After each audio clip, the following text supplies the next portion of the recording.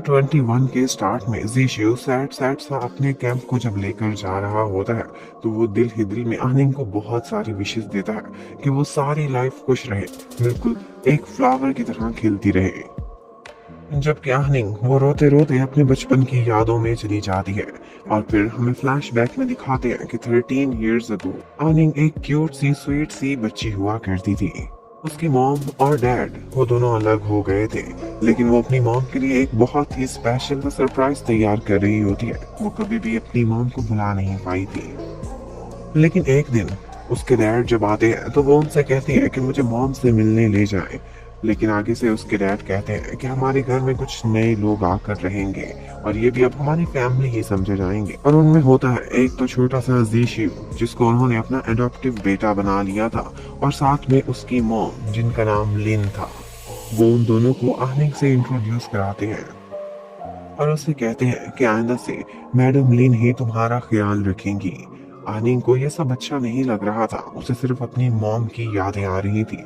वो डैड से बात करना चाहती थी, वो थे कि बात सुन ही नहीं रहे थे और बातें किए जा रहे थे। तो यहाँ पर वो प्रोटेस्ट करती है, थोड़ी बदतमीजी करती है, कहती है कि मुझे ये दोनों इस घर में नहीं चाहिए, और फिर रोती हुई अपने कमरे में चली जाती है।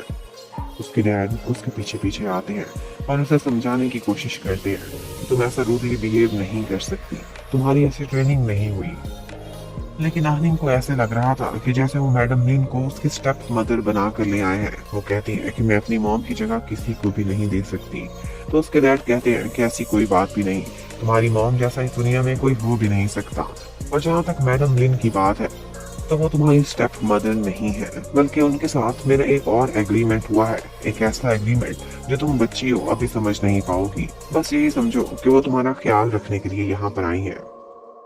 उसके बाद नेक्स्ट डे आनिंग गार्डन में खेल रही होती है, बटरफ्लाइज पकड़ने की कोशिश में होती है। लेकिन आशियो वहाँ प्रैक्टिस कर रहा था, तो उसके शोर की वजह से बटरफ्लाई उड़ जाती है। आहनिंग एक प्रिंसेस टाइप लड़की थी, उसे इस बात से काफी गुस्सा आता है और वो जीशियो को कहती है कि अब तुम्हारी पनिशमेंट यही है कि तुम जाकर मेरे लिए बटरफ्लाइज पकड़ोगे।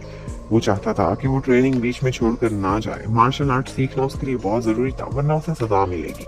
लेकिन अब आहनिंग जिद कर रही थी, वो बटरफ्लाइज पकड़ने जाता है, लेकिन इतना सॉफ्ट सा काम उससे अच्छे से नहीं हो पाता। वो सारा दिन बटरफ्लाइज ही ढूंढता रह जाता है, लेकिन उससे एक भी नहीं पकड़ी जाती। शाम हो जाती है, आहनिंग वहां बैठे बैठे सो जाती है। इतने में ऊपर से मिस्टर प्रेसिडेंट भी आ जाते हैं और वो देखते हैं कि जीशियो ने अपनी प्रैक्टिस पूरी नहीं की, अब उसको एक सख्त पनिशमेंट भी मिलेगी। आहनिंग दरवाजे के बाहर से ये सारा कुछ सुनती है।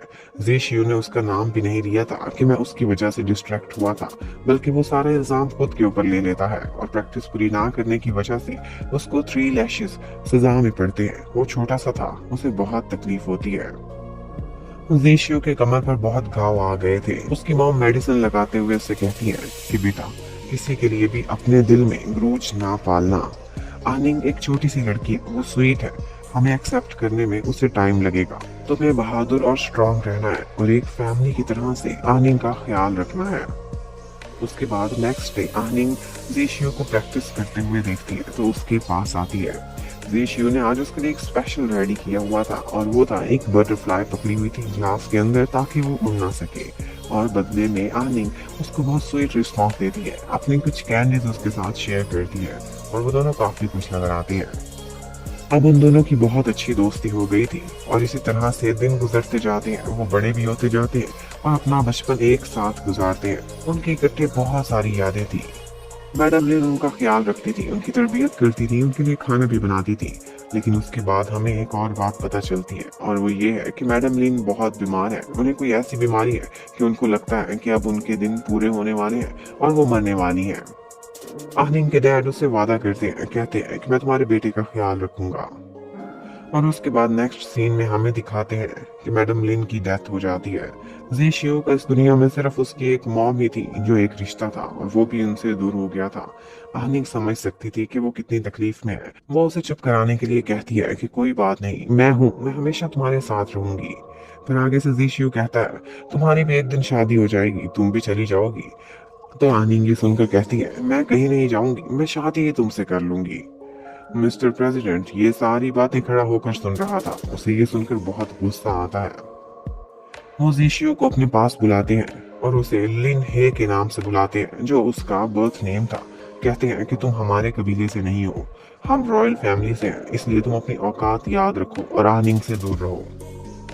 उसके बाद नेक्स्ट डे आनिंग जब जीशियो के रूम में आती है तो उसे पता चलता है कि उसके डैड ने जीशियो को ट्रेनिंग के लिए मिलिट्री एकेडमी में बहुत दूर भेज दिया है और उसके बाद से ही वो दोनों अलग हो जाते हैं। आनिंग उसे बहुत याद करती है, रोज रोज उसे लेटर लिखा करती थी, उसे आने को कहती थी, लेकिन जीशियो के पास टाइम ही नहीं होता था। उनके बीच अब फासले आ चुके थे और आज भी आनिंग इसी तरह से सैड खड़ी जीशियो को याद कर रही होती है। कि यहीं पर ही ये पार्ट खत्म होता है। Thank you.